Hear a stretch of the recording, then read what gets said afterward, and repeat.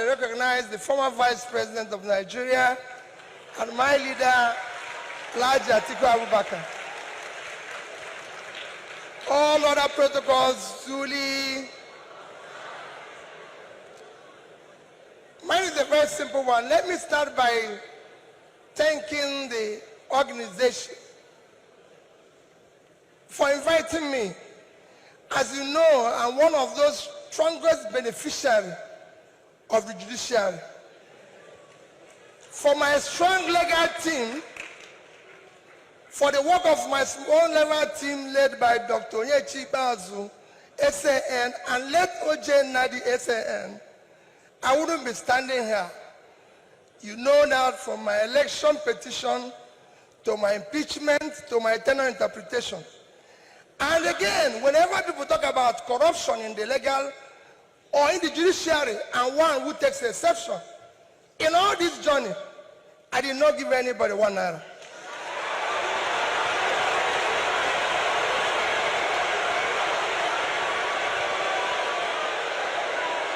So for me,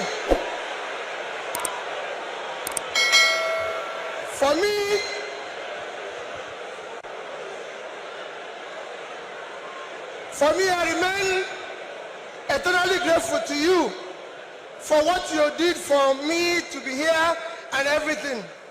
Our topic today is democratic transition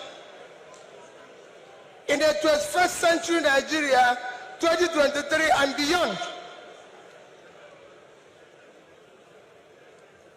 I think it's for great people like you or people like Chimamanda invited, but for me as a trader, I'll try to contribute in my own little way, the way I think we should go.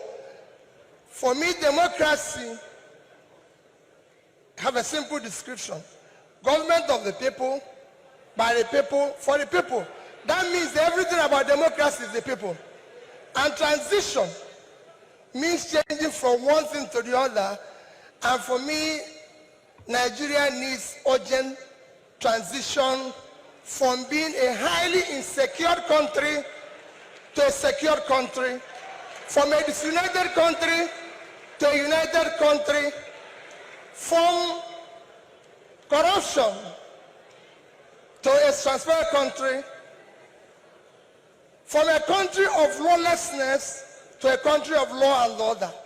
But in all this, it is important that we look at where we are today for people to understand the gravity of the journey we are going to take if we are going to transit. Where are we today? Nigeria have qualified to be a failed state. We have met the 2 or 3 biggest characteristics of a failed state. Number 1 is when you're no longer in charge of your territory. Today, we are among the top terrorized countries of the world. We are among the top kidnapping countries of the world. Banditry, criminality, bandits have taken over some parts of this country.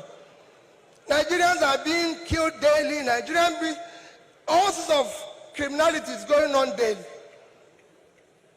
Even our most important source of foreign exchange revenue, oil, is today 80% stolen.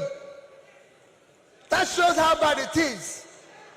We are the only country, apart from Venezuela, who we know is their own is because of sanctions, that is not meeting up its OPEC quota. Every other country is begging for increase, but Nigeria is not meeting up its own. And you wouldn't believe the quantity that is missing. In July alone, our total average, our quota is 1.8 million. In July, our total average was 1,083,000 barrels a day. That means that in July, we lost 707,000 barrels per day. If you multiply that by 31 days, it will give you 22,227,000 barrels of oil that we lost. This is a country that needs dollar. If you sell it, if you sell that oil, if you sell the quantity we lost, this is July alone. If you sell it at the average price of $110, it will give you $2,450,000,000, which at our rate of exchange of 550, you lost. If you use 550, because I used an average of 550, you've lost 1,344,700,000,000 naira. That is your country. That's what you lost in 1 month because of stealing. It is important that we know this. Number two item to show that we are failed state is that you are no longer in control of your economy. Your economy today we have an economy where we have over 100 million people living in poverty. Your unemployment is one of the worst in the world because you have a combined unemployment of 50%, unemployment and unemployment. Out of 200 million Nigerians, 60% is supposed to be working. So you're supposed to have 120 million Nigerians working, but today Nigerians that are working are under 50 million. So 70-something million of Nigerians are not working, they are not productive. When you compare this to your productivity, you will see how low it is. But what is even worse, we're in a physical mess, total physical mess.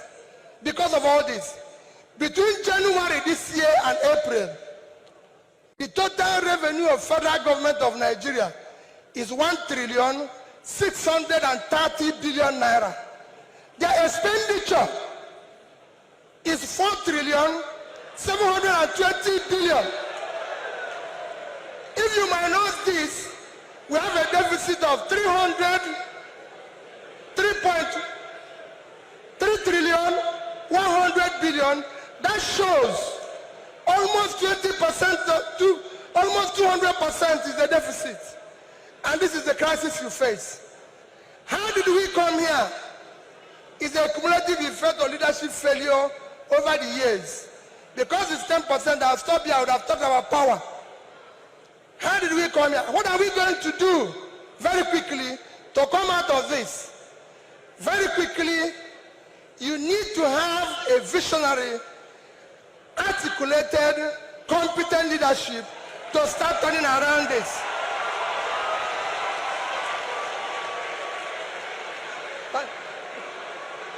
So next year, the time is up, I'll take it there. Next year, the election you're going to have next year will not be about, remember, it is not about tribe, no religion, not connection, not entitlement. It must be election about character, competence, capacity, and commitment to deliver.